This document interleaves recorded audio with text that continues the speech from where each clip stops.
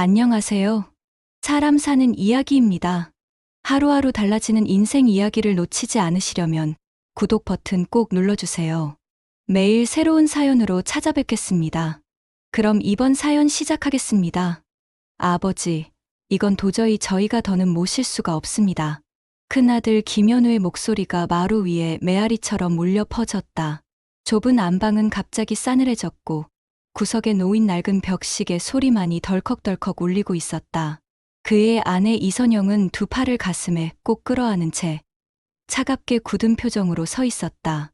둘째 아들 김지우는 고개를 숙이고 있었지만 그의 침묵은 동의의 표시였다. 김동수는 허리가 굽은 몸을 이부자리 위에 기대고 앉아 있었다.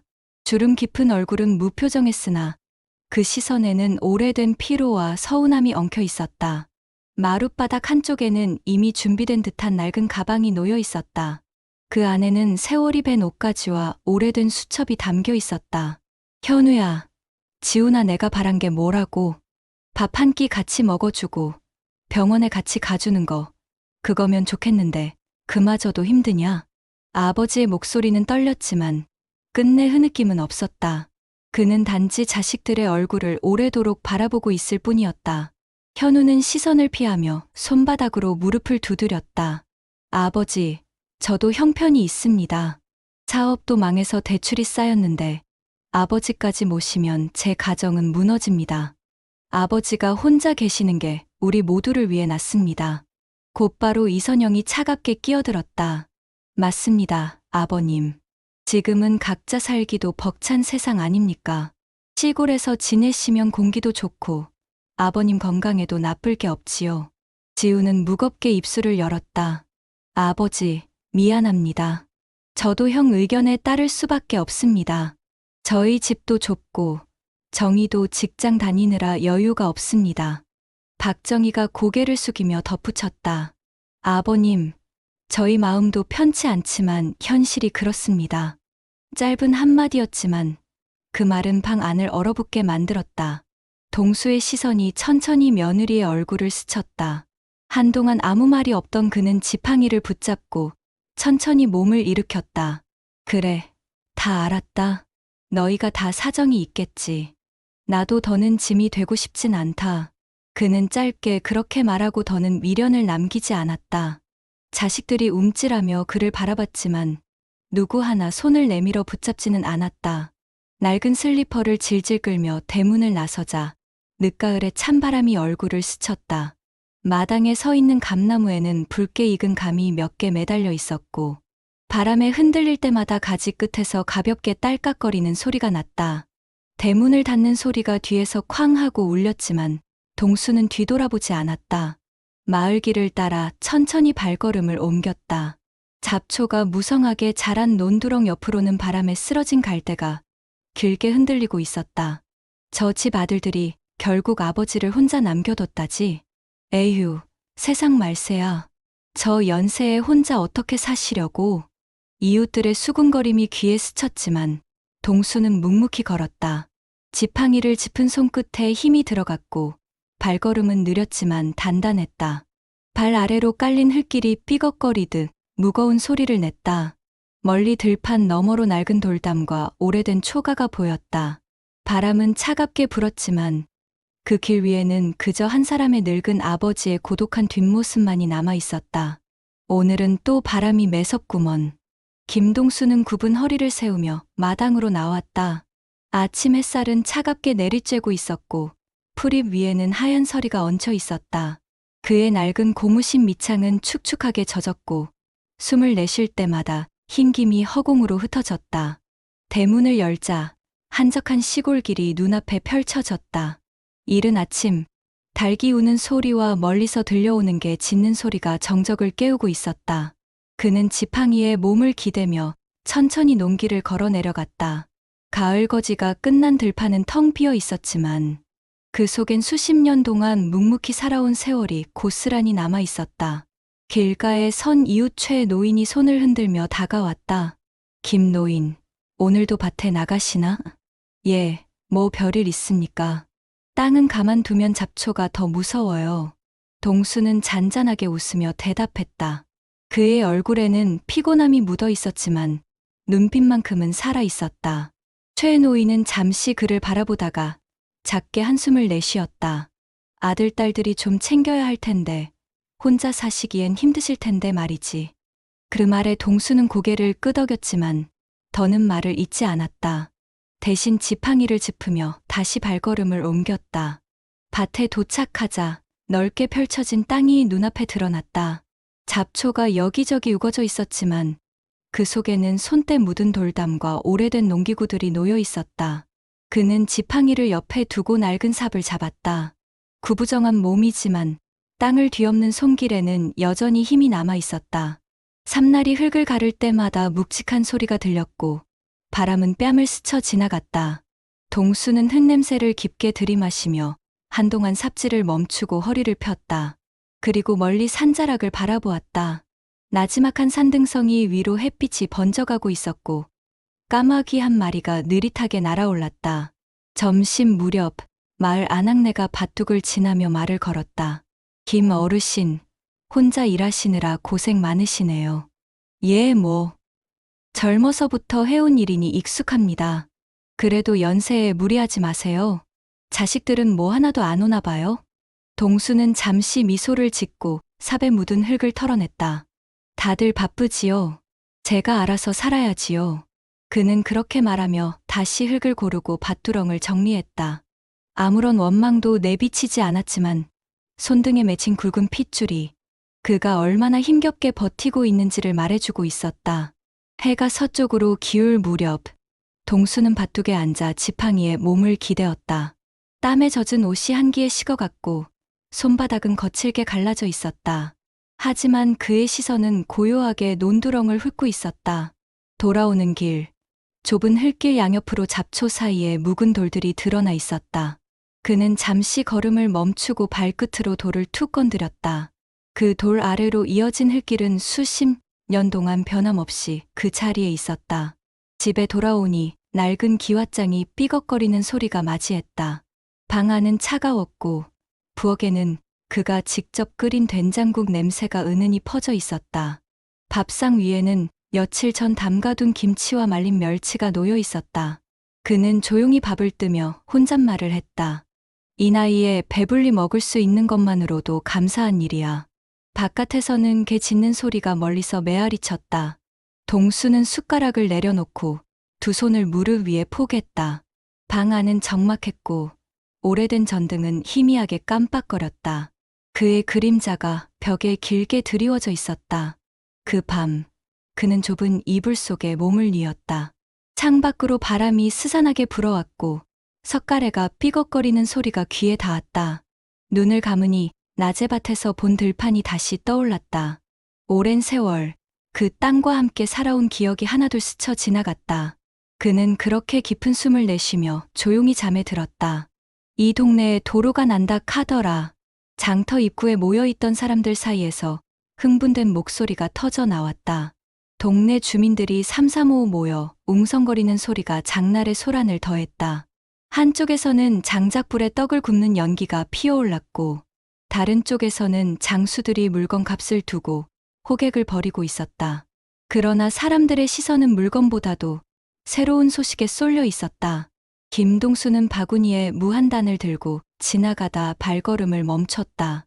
사람들의 대화가 그의 귀에 또렷이 들어왔다. 서울에서 큰 건설사 사람들이 왔대. 저기 읍내까지 이어지는 고속도로를 놓는다던데. 고속도로만이 아니래. 공장도 들어선다 카더라. 땅값이 몇 배로 뛴다지 뭐냐. 한 노인이 허리를 펴며 말했다.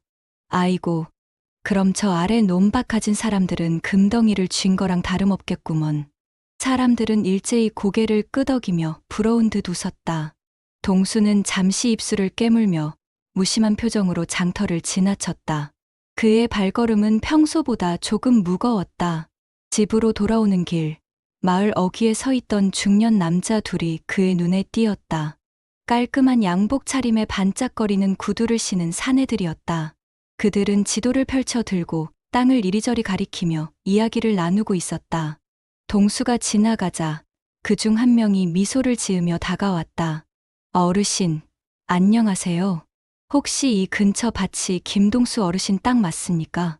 동수는 눈을 가늘게 뜨며 대답했다. 예, 그렇습니다만 왜 그러십니까? 아, 저희가 건설사 쪽에서 나왔습니다. 앞으로 이 일대 개발 계획이 있어서요. 혹시 땅을 파실 의향이 있으신지 궁금해서 찾아왔습니다. 사내의 말투는 공손했지만 눈빛은 호기심과 탐욕으로 반짝이고 있었다. 동수는 대답하지 않고 지팡이를 짚은 채 천천히 몸을 돌렸다. 내 땅은 내가 알아서 할 테니 괜히 성가시게 굴지 마시오. 그는 짧게 그렇게 말하고 발걸음을 옮겼다. 사내들은 잠시 얼굴을 마주보더니 다시 지도 위에 손가락을 튕기며 뭔가를 속삭였다. 저녁 무렵 동네 슈퍼에서도 그 이야기가 가득했다. 아주머니, 들었어요? 김 노인네 땅이 도로 부지라지 뭐예요. 세상에, 그럼 몇십억은 그냥 넘어가겠다. 에이, 몇십억이 뭐예요. 수백억이 될 거래요. 카운터에 앉아있던 주인 아주머니도 혀를 끌끌 찼다. 노인네 혼자 사시는데 그런 돈이 무슨 소용이래. 결국 자식들이 다 가져가겠지. 동수는 장바구니에 두부를 담으며 아무 말 없이 계산을 마쳤다. 슈퍼를 나서는 그의 뒷모습에 몇몇 사람들이 의미심장한 눈길을 보냈다. 집으로 돌아와 마루에 앉으니 해가 서쪽으로 지고 있었다. 하늘은 붉게 물들어 있었고 들판 저편에서는 까치가 울어댔다. 동수는 지팡이를 곁에 두고 한참 동안 들판을 바라보았다. 바람이 스쳐 지나갈 때마다 잡초 사이로 흔들리는 돌담이 마치 오래된 비밀을 간직한 듯 묵묵히 서 있었다. 그날 밤 그의 집 앞에는 낮에 봤던 양복 사내들이 다시 찾아왔다. 현관 불빛 아래 서서 한 명이 소리쳤다. 어르신, 저희가 가격을 잘 쳐드릴 테니 한 번만 얘기 좀 해봅시다. 그러나 동수는 안에서 불을 끄고 대답하지 않았다. 고요한 어둠만이 집 안을 채웠다. 사내들은 몇 번 더 문을 두드리다가 결국 욕설을 내뱉으며 돌아갔다. 방 안, 동수는 낡은 방석 위에 앉아 있었다. 창호지 너머로 바람이 스며들며 등 뒤를 차갑게 스쳤다. 그의 두 손은 무릎 위에서 꼭 모아져 있었고 얼굴은 말없이 어두운 그림자 속에 잠겨 있었다. 아버지가 가진 땅이 수백억이라더라. 서울의 작은 아파트 거실. 현우는 술잔을 탁 내려놓으며 벌겋게 상기된 얼굴로 소리쳤다. 그의 아내 이선영은 눈을 크게 뜨고 남편을 바라봤다. 여보, 그게 정말이에요? 그 낡은 시골 땅이 그렇게 값이 나간다고요? 동네 사람이 직접 말했어. 고속도로 난다. 공장 들어선다. 벌써 건설사 놈들이 들락거린다더군. 잠시 침묵이 흐르다가 이선영의 입가에 서서히 미소가 번졌다. 이게 웬 천운이에요. 우리가 그냥 버려둔 줄 알았던 그 노인이 아니. 아버님이 그렇게 큰 땅을 가지고 계셨다니. 현우는 무겁게 고개를 끄덕이며 말했다. 이제라도 다시 가야 한다. 아버지를 설득해서 땅을 정리하게 해야 해. 안 그러면 다른 사람 손에 넘어간다. 며칠 뒤 둘째 아들 지훈의 집 거실에도 비슷한 대화가 오갔다. 지훈은 회사 동료에게서 들은 이야기를 아내에게 전했다. 정희야, 당신도 들었지? 아버지 땅값이 천정부지로 올랐다잖아. 박정희는 팔짱을 끼고 차갑게 말했다. 그럼 뭐해요? 아버님이 우리를 곱게 볼 리가 있겠어요? 다 버리고 떠난 우리인데. 그래도 가봐야지. 형만 덤비면 우리 몫은 하나도 못 가져. 당신 말도 맞네요. 형님네보다 늦으면 후회할 거예요. 준비합시다. 며칠 뒤 시골집 대문 앞에 검은 승용차가 멈춰 섰다. 차에서 내린 현우 부부는 다소 허둥대며 마당으로 들어섰다. 낡은 지붕과 삐걱거리는 대문이 그들을 맞이했다. 마루 위에는 김동수가 지팡이를 옆에 두고 앉아 있었다. 해질 무렵 붉은 햇살이 그의 얼굴을 비추고 있었다. 아버지 현우가 목소리를 낮추며 다가갔다. 무슨 일로 왔냐?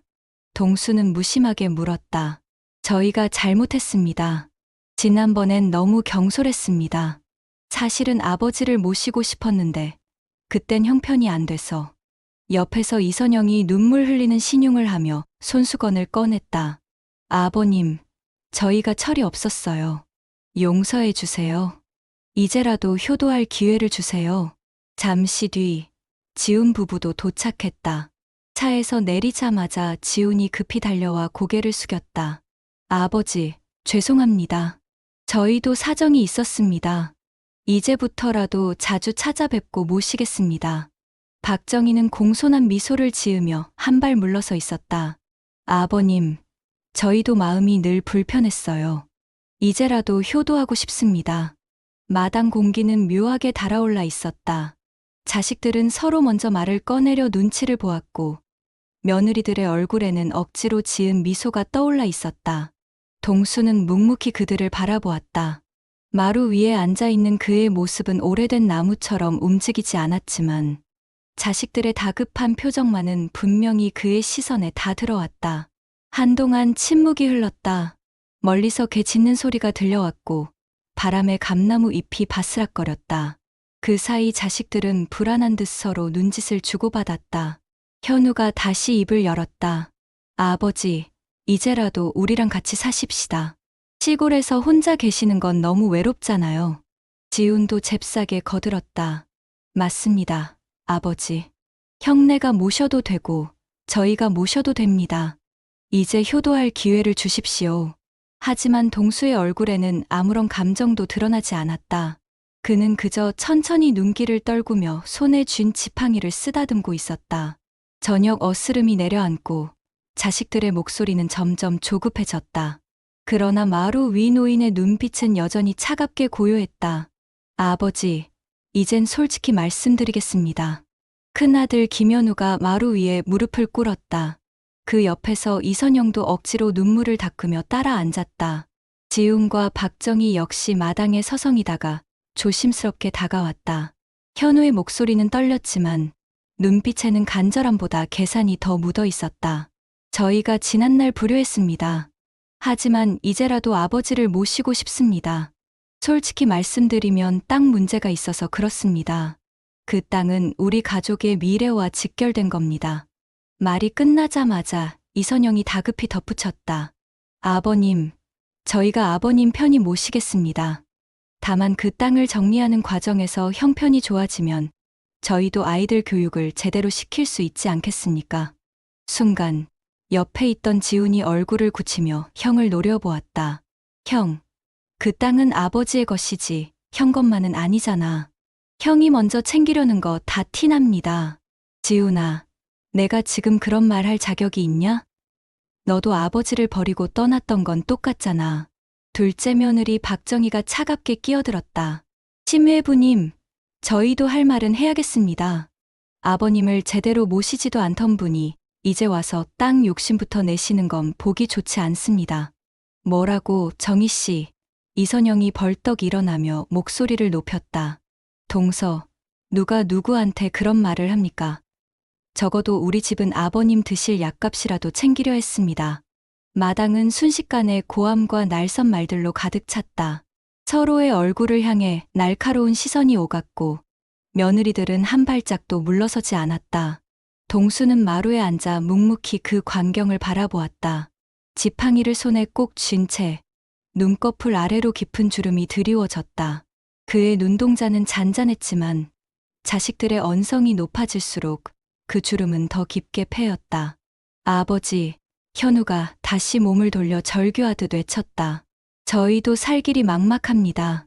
제발 땅만은 다른 사람 손에 넘어가지 않게 하시고 우리 가족이 함께 나눌 수 있게 해주십시오. 저희가 정말 효도할 기회를 원합니다. 지훈도 서둘러 고개를 숙이며 손을 내밀었다. 아버지, 저도 형 말에 동의합니다. 하지만 공평하게 하셔야 합니다. 아버지께서 누구 한쪽만 챙기시면 또 불화가 생깁니다. 저희도 같은 자식 아닙니까? 박정희가 한숨을 내쉬며 말끝을 메웠다. 아버님, 저희도 욕심 때문에 온 게 아닙니다. 다만 아이들 장래가 달린 문제라서 그렇습니다. 마루 위의 공기는 무겁게 가라앉았다. 동수는 잠시 눈을 감았다가 천천히 뜨며 자식들을 둘러보았다. 바람이 스산하게 불어와 감잎이 바닥에 떨어졌다. 그 잎은 몇 번을 구르다 발치에 멈췄다. 그래, 너희들 마음 다 알겠다. 그의 목소리는 낮고 고요했지만 마당에 서 있던 자식들의 가슴을 한순간에 얼어붙게 만들었다. 동수는 더 이상 말을 잇지 않았다. 그저 지팡이를 짚고 자리에서 천천히 일어나 안으로 들어갔다. 자식들은 당황한 듯 서로의 얼굴을 바라보았지만 누구도 먼저 따라 들어가지 못했다. 문이 닫히자 마당에는 정막만이 내려앉았다. 개 짖는 소리가 멀리서 메아리 쳤고 어둠이 조금씩 내려앉고 있었다. 밤은 깊어가고 있었다. 시골집의 낡은 기와지붕 위로 달빛이 희미하게 번졌다. 개 짖는 소리가 멀리서 간헐적으로 들려왔고 바람은 구멍 난 창호지를 스치며 서늘한 기운을 방 안에 불어넣었다. 김동수는 홀로 방 안에 앉아 있었다. 자식들이 돌아간 뒤 남은 정막은 묘하게 무거웠다. 마루에 놓여있던 낡은 지팡이는 여전히 그의 곁에 있었고 탁자 위에는 자식들이 두고 간 사과의 말마저 공허하게 메아리치듯 맴돌고 있었다. 그는 손을 들어 오래된 사진첩을 펼쳤다. 바랜 흑백 사진 속에는 젊은 시절 아내와 함께 논밭을 일구던 모습, 어린아이들을 등에 업고 웃던 모습이 담겨 있었다. 사진을 한 장 한 장 넘길 때마다 땀과 눈물로 얼룩진 세월이 되살아났다. 내가 이 땅을 산 것도 다 너희들을 위해서였지. 그의 목소리는 낮게 깔렸고 눈동자는 사진에 멈췄다. 그러나 지금의 자식들 모습은 사진 속 해맑은 아이들과는 너무도 달랐다. 그 기억과 현실의 괴리가 그를 더욱 깊은 생각으로 몰아넣었다. 잠시 뒤 그는 사진첩을 덮고 자리에서 일어났다. 장롱 깊숙한 곳을 뒤져 낡은 서류 가방 하나를 꺼냈다. 그 안에는 세월의 냄새가 밴 땅 문서들이 차곡차곡 들어 있었다. 노랗게 빛바랜 종이 위에는 또렷한 인감 도장이 찍혀 있었다. 동수는 문서들을 꺼내 마루 위에 차례로 펼쳐 놓았다. 바람이 창호지를 흔들 때마다 종이 끝이 바스락거렸다. 그의 두 손이 서류 위를 천천히 훑었다. 손끝에 닿는 거친 감촉이 그가 쌓아온 세월과 맞닿아 있었다. 그 순간 밖에서 인기척이 났다. 그는 귀를 기울였다. 누구의 발소리인지 분명하지 않았지만 담장 너머에서 속삭이는 소리가 스쳤다. 저 집이 맞아. 저 노인네 땅이 전부라잖아. 조만간 사인 받아내야지. 동수는 눈을 가늘게 뜨며 창호 너머로 어둠을 바라보았다. 달빛 아래 길게 드리워진 그림자가 담장을 따라 스르륵 사라졌다. 그는 다시 안으로 시선을 돌리고 천천히 땅 문서를 정리해 가방에 넣었다. 그리고 방 한쪽 장독대 뒤에 마련된 비밀 공간에 조심스럽게 숨겼다. 이윽고 그는 불을 끄고 방바닥에 앉아 두 손을 무릎 위에 모았다. 창밖에서는 벌레 울음이 들려왔고 바람은 여전히 싸늘했다. 그의 얼굴은 잔잔했지만 깊은 주름 사이로 굳은 결심이 배어 있었다. 새벽녘, 그는 다시 마당에 나왔다. 하늘에는 희미한 별빛이 남아 있었고 동쪽 산 위로 여명이 살짝 번지고 있었다. 그는 감나무 밑에 서서 오래도록 숨을 골랐다. 나무 가지에 달린 마지막 감이 바람에 흔들리다가 툭 떨어져 땅에 굴러갔다. 동수는 천천히 몸을 숙여 그것을 집어들었다. 손바닥 위에 올려진 감은 상처투성이었지만 여전히 단단히 버티고 있었다. 그는 말없이 그것을 바라보다가 천천히 마루 위에 올려두었다. 집 안으로 다시 들어간 그는 오래된 붓과 종이를 꺼냈다. 낮게 떨리는 손으로 천천히 글자를 써 내려가기 시작했다. 어두운 방 안에 붓끝이 종이를 스치는 소리만이 또박또박 울려 퍼졌다. 아버지, 저희 왔습니다. 낮 햇살이 마당에 내려앉은 한가로운 오후, 검은 승용차 두 대가 집 앞에 멈춰섰다. 차 문이 열리자 현우와 이선영, 지웅과 박정희가 차례로 내렸다. 손에는 과일 상자와 반짝거리는 보약 상자가 들려 있었다. 평소 같으면 생각도 못했을 선물이었지만 오늘만큼은 잔뜩 준비해온 눈치였다. 김동수는 마루 위에 앉아 있었다. 감나무 그늘이 그의 어깨에 드리워졌고 지팡이는 곁에 기대 있었다. 자식들이 서둘러 다가오며 활짝 웃음을 지었다. 아버지, 저희가 늦게라도 이렇게 챙겨왔습니다. 드셔보세요. 보약도 지어왔습니다. 현우가 바구니를 내밀며 말했다. 아버님, 건강 챙기셔야죠. 저희가 신경을 못 써드려 죄송합니다. 이선영도 억지로 부드러운 목소리를 냈다. 동수는 눈길을 살짝 내린 채 아무 대답도 하지 않았다. 그의 침묵은 무겁게 내려앉았고 자식들의 웃음은 점점 어색하게 굳어갔다. 잠시 뒤 지훈이 조심스럽게 입을 열었다. 아버지, 사실 오늘은 드릴 말씀이 있어서 왔습니다. 뭔데? 동수의 목소리는 담담했다. 지훈은 입술을 다물었다가 다시 열었다. 그 땅 말입니다. 아버지께서 혼자 관리하시기에는 너무 넓지 않습니까? 저희가 힘을 합쳐 정리하면 아버지도 편안해지실 겁니다. 말이 끝나자마자 현우가 서둘러 거들었다. 맞습니다, 아버지. 건설사에서 계속 들락거린다는데 괜히 다른 사람 손에 넘어가면 손해 아닙니까? 차라리 저희가 책임지고 계약을 진행하겠습니다. 아버님, 저희가 도와드리면 더 이상 걱정 안 하셔도 됩니다. 이선영이 곧바로 말을 받았다. 박정희 역시 얌전한 표정으로 덧붙였다. 아버님, 저희도 욕심이 아니라 현실 때문입니다. 아이들 장래도 있고 저희 생활도 있습니다. 마당 공기는 다시 뜨겁게 달아올랐다. 자식들의 목소리는 점점 격해졌고 눈빛은 이미 재산을 향해 있었다. 동수는 잠시 고개를 숙인 채 손에 쥔 지팡이를 쓰다듬었다. 그리고 천천히 고개를 들어 자식들을 차례로 바라보았다. 너희들이 지금 나를 찾아온 게 내 몸이 걱정돼서가 아니란 걸 내가 모를 것 같으냐. 그의 목소리는 낮았지만 단호했다. 순간 자식들의 얼굴에 당혹감이 스쳤다. 그러나 현우가 곧장 목소리를 높였다. 아버지, 그렇게 말씀하시면 저희가 너무 억울합니다. 물론 땅 문제도 중요하지만 저희가 아버지를 모시려는 마음은 진심입니다. 지훈도 다급히 끼어들었다. 맞습니다, 아버지. 저희가 욕심만 부린다면 이렇게 다 같이 내려오지도 않았을 겁니다. 그러나 그들의 말은 바람에 흩날리는 먼지처럼 공허했다. 동수의 눈빛은 흔들리지 않았다. 그만해라. 더 이상 듣고 싶지 않다. 짧고 날카로운 한마디가 마당을 가르듯 울려 퍼졌다. 순간 공기는 얼어붙었고 자식들의 입술은 말라붙은 듯 움직이지 않았다. 감나무 잎이 바람에 흔들리며 떨어졌다. 붉게 물든 잎이 마당 한가운데 나뒹굴었다. 자식들은 차마 주워들지도 못한 채 서로 눈치만 보았다. 동수는 자리에서 천천히 일어나 지팡이를 짚었다. 구부정한 등이 햇살에 드리워지며 그림자를 길게 느렸다. 너희들, 아직 철이 덜 들었다. 그는 그렇게만 말하고 안으로 들어갔다. 마당에 남겨진 자식들은 서로를 바라보며 깊은 한숨을 내쉬었다. 얼굴에는 굴욕과 조급함이 뒤섞여 있었다. 아버지, 이러시면 정말 곤란합니다. 거칠게 울려 퍼진 현우의 목소리가 마당에 메아리쳤다. 동수가 등을 돌리고 방 안으로 들어가려 하자 현우가 서둘러 따라붙어 그의 손목을 붙잡았다. 지팡이가 덜컥 소리를 내며 바닥에 굴렀다. 형, 진정하세요. 지훈이 황급히 형을 말렸지만 그의 얼굴에도 조급함이 서려 있었다. 아버지, 지금 상황이 얼마나 중요한지 아십니까? 이 땅을 제대로 정리하지 않으면 결국 남 좋은 일만 시키게 됩니다. 이선영도 옆에서 목소리를 보탰다. 아버님, 저희가 지금 무슨 마음으로 이렇게 내려왔는지 아셔야죠. 아이들 학비에, 생활비에 우리 집은 이미 한계입니다. 그런데 아버님께서 그 땅을 그냥 붙잡고 계시기만 하면 저희는 다 무너집니다. 박정희는 여전히 얌전한 표정을 가장했지만 말끝은 날카롭게 번졌다. 아버님, 저희가 이렇게 말씀드리는 건 다 현실 때문입니다. 결국 아버님 혼자 계셔봐야 땅을 지킬 수도 없잖아요.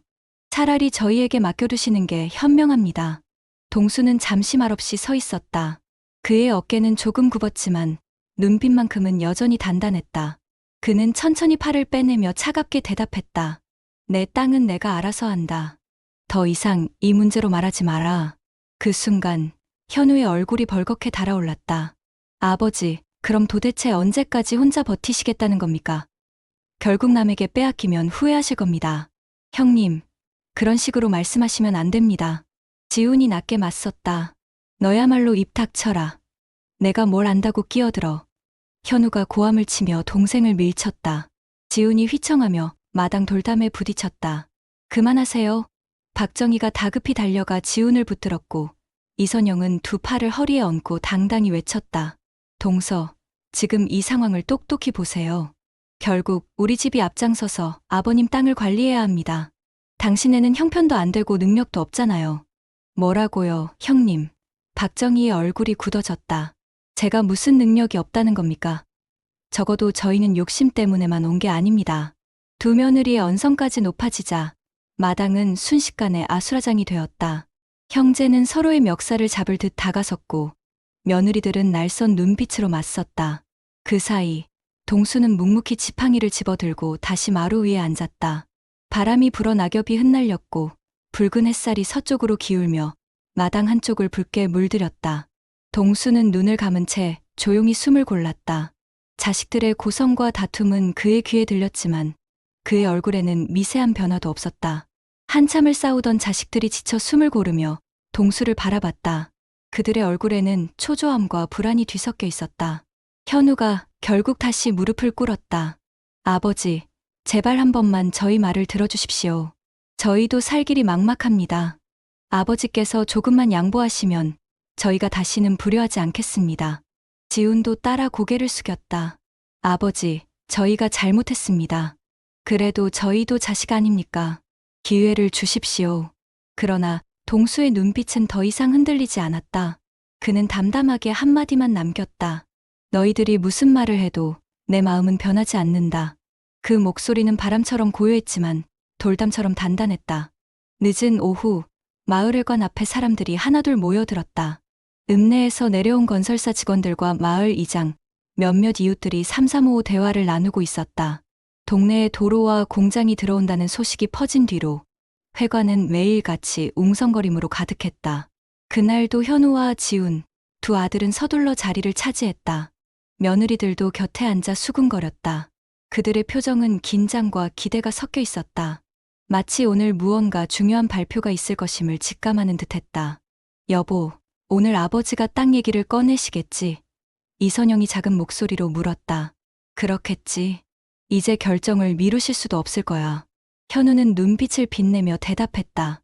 지훈도 곁에서 팔짱을 끼고 말했다. 형, 이번엔 공평하게 나누자. 아버지께서 누구 한쪽만 주신다면 난 절대 가만히 있지 않을 거다. 지훈아, 말 조심해라. 아직 아버지 말씀도 안 들었잖아. 그들의 설전이 이어지는 동안 회관문이 열리고 김동수가 지팡이의 의지에 천천히 들어섰다. 마을 사람들의 시선이 일제히 그에게 쏠렸다. 구부정한 등이었지만 발걸음은 단단했고 얼굴에는 묘한 침착함이 깃들어 있었다. 아이고, 김 어르신 오셨네. 오늘 무슨 말씀하시려는가 보네. 사람들의 웅성거림 속에서 동수는 회관 앞 의자에 앉았다. 잠시 주변을 둘러본 뒤 낮지만 분명한 목소리로 말을 꺼냈다. 오늘 내가 이 자리에 온 건 내 땅을 어떻게 할 것인지 분명히 밝히기 위해서요. 순간 자식들의 눈빛이 번쩍였다. 현우는 몸을 앞으로 기울였고 지우는 숨을 죽이며 아버지를 똑바로 바라봤다. 여러분도 아시다시피 내 평생을 이 땅에서 농사짓고 살았소. 젊을 땐 가족을 위해 땀 흘리며 한 평, 두 평 모은 땅이 이제는 남들이 탐내는 자리가 되었지요. 내겐 자식들이 있지만 그동안 내가 어떤 대접을 받았는지는 굳이 말 안 해도 다들 아실 겁니다. 그 말에 마을 사람들은 고개를 끄덕였다. 자식들은 얼굴이 붉어져 서로를 흘끗 바라보았다. 동수는 천천히 숨을 고르고 다시 말을 이었다. 나는 내 땅을 팔거나 나눠줄 생각이 없습니다. 내 가진 모든 재산은 이미 정리했습니다.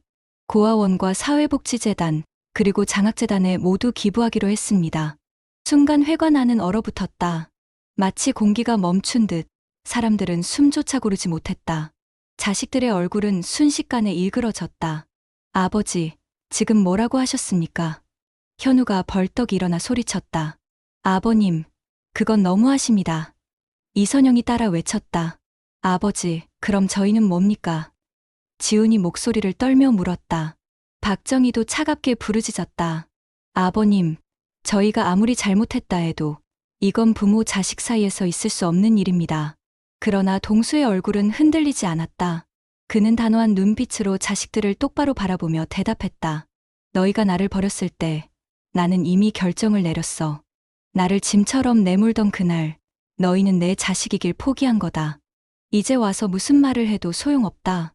자식들의 얼굴은 절망과 분노로 뒤섞였다. 현우는 주먹을 쥐고 몸을 떨었고 지우는 고개를 떨군 채 숨을 몰아쉬었다.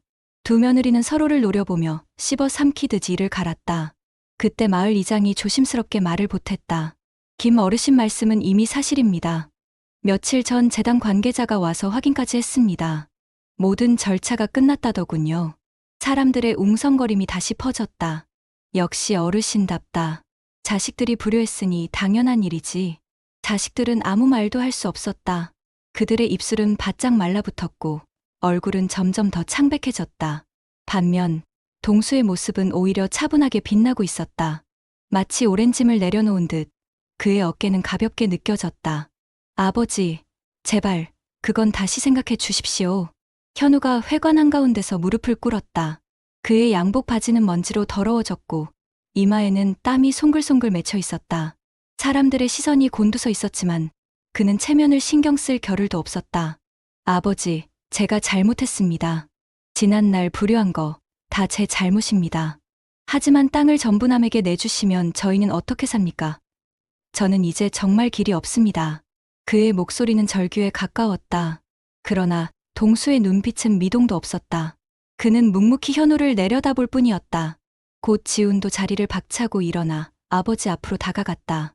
아버지, 저도 죄송합니다. 하지만 공평하게 하셔야죠. 저희도 같은 자식인데 왜 저희에겐 아무것도 안 주십니까? 저희는 노력할 기회조차 얻지 못했습니다. 최소한 땅의 일부라도 저희 몫이 있어야 하지 않습니까? 그의 목소리는 격앙되었고 눈에는 눈물이 맺혔다. 그러나 그 눈물이 진심인지 절망 속에서 흘러나온 계산된 눈물인지는 누구도 확신할 수 없었다. 이선영이 팔을 떨며 나섰다. 아버님, 저희를 이렇게까지 몰아붙이시면 안 됩니다. 저희도 가족 아닙니까? 이웃들 앞에서 저희 체면이 뭡니까? 박정희도 굳은 얼굴로 덧붙였다. 아버님, 설령 저희가 잘못했다 해도 이건 너무 가혹합니다. 최소한 자식으로서의 권리는 남겨주셔야 하지 않습니까? 마을 사람들은 숨을 죽이고 그 장면을 지켜보았다. 누구도 나서서 중재하지 못했다. 오직 동수의 목소리만이 조용히 회관을 울렸다. 너희는 가족이라 부르기엔 이미 너무 멀리 가버렸다. 짧은 한마디에 자식들의 얼굴이 창백하게 굳어졌다. 현우는 바닥에 머리를 박으며 울부짖었다. 아버지, 제발 한 번만 용서해 주십시오. 다시는 불효하지 않겠습니다. 땅이 아니라 아버지만 옆에 계시면 됩니다. 제발. 그러나 그 말은 공허하게 울려 퍼질 뿐 동수의 눈빛은 여전히 냉정했다. 그는 천천히 지팡이를 짚으며 일어섰다. 내 가진 건 이미 다 세상에 내놓았다. 더 이상 너희에게 줄 것도 남길 것도 없다. 오늘 이후로는 다시 이 얘기를 꺼내지 마라. 그의 목소리는 낮았지만 단단한 바위처럼 흔들림이 없었다. 순간 자식들의 어깨는 한순간에 무너져 내렸다. 현우는 주저앉아 손으로 얼굴을 가렸고 지우는 허탈하게 고개를 떨군 채 벽에 기댔다. 며느리들은 더는 할 말을 잃고 눈물만 훔쳤다. 마을 사람들은 조용히 고개를 끄덕였다. 저 어르신, 대단하시다. 불효한 자식들에겐 뼈아픈 교훈이 될 게다. 회관 밖으로 나왔을 때 하늘은 이미 붉게 물들고 있었다. 석양빛이 들판 위를 길게 덮었고 바람은 서늘하게 불었다. 동수는 지팡이에 의지해 천천히 발걸음을 옮겼다. 그의 등 뒤로 자식들은 멍하니 앉아 아무 말도 하지 못한 채 그 뒷모습만 바라보았다. 그 뒷모습은 더 이상 버려진 노인의 것이 아니었다. 오히려 세월과 고통을 이겨낸 한 인간의 단단한 흔적이었다. 며칠 뒤 시골 마을에 다시 평온이 찾아왔다. 회관에서 벌어진 일은 순식간에 온 동네로 퍼져나갔고 김동수의 이름은 존경의 뜻으로 회자되기 시작했다. 김 어르신, 결국 다 사회에 내놓으셨대. 자식들이 불효했으니 오히려 잘하신 거지. 맞아. 노인네 혼자 힘겹게 모은 땅을 세상에 돌린 거야. 그게 진짜 큰 사람이야. 사람들은 감탄과 안타까움이 뒤섞인 목소리로 그를 이야기했다. 동수는 여전히 그 낡은 집에 살았다. 그러나 그의 일상은 조금 달라졌다. 고아원에서 온 편지들이 부쩍 늘었고 아이들이 그려보낸 그림과 서툰 글씨의 감사 인사가 책상 위를 가득 채웠다. 편지를 읽을 때마다 그의 얼굴에는 묵직한 미소가 번졌다. 어르신, 아이들이 정말 고마워합니다. 재단 관계자가 찾아와 인사를 건넸다. 덕분에 배움의 길이 막힌 아이들이 다시 학교에 갈 수 있습니다. 어르신의 뜻을 오래도록 기리겠습니다. 동수는 고개를 끄덕이며 짧게 대답했다. 내 가진 게 크지 않지만 필요한 곳에 쓰였다면 그걸로 족합니다. 그의 말은 담담했지만 그 속에는 평생 농부로 살아온 묵직한 자부심이 담겨 있었다. 반면 현우와 지우는 도시에 돌아가서도 사람들의 눈길을 피해야 했다. 회관에서 무릎 꿇던 모습이 퍼져 수군거림이 그들을 따라다녔다. 사업에 실패한 현우는 더 깊은 빚더미에 앉았고 지우는 직장에서까지 곱지 않은 시선을 받았다. 두 며느리 역시 주변의 차가운 눈초리를 견뎌야 했다. 그날 이후로 자식들은 아버지 집에 발걸음을 끊었다. 단 한 번도 찾아오지 않았다. 대신 마을 사람들과 재단 관계자들이 그를 찾아와 인사를 전했고, 아이들이 보낸 편지와 그림이 그의 외로움을 채워주었다. 늦가을 어느 날, 동수는 마당 감나무 아래에 앉아 있었다. 바람에 감잎이 우수수 떨어졌고, 가지 끝에 매달린 몇 개의 감이 바람에 흔들리고 있었다. 그는 지팡이에 기대어 천천히 하늘을 올려다봤다. 석양빛이 붉게 들판을 물들이며 저물어가고 있었다. 그 순간 그는 조용히 속삭였다. 이제야 마음이 편하다. 그의 얼굴에는 긴 세월의 고단함을 디든 평온함이 번져 있었다. 자식들의 욕심으로 얼룩진 날들은 이미 그의 등 뒤로 멀어지고 있었다. 남은 건 오직 세상에 남긴 뜻과 그 뜻을 이어받아 살아갈 아이들의 웃음뿐이었다. 마당 너머로 아이들 웃음소리가 들려왔다. 고아원에서 놀러온 아이들이 마을 앞길을 뛰어가며 해맑게 소리쳤다. 동수의 눈가에 잔잔한 웃음이 번졌다. 바람은 여전히 차가웠지만 그 순간만큼은 따뜻한 온기가 그의 가슴을 가득 채웠다.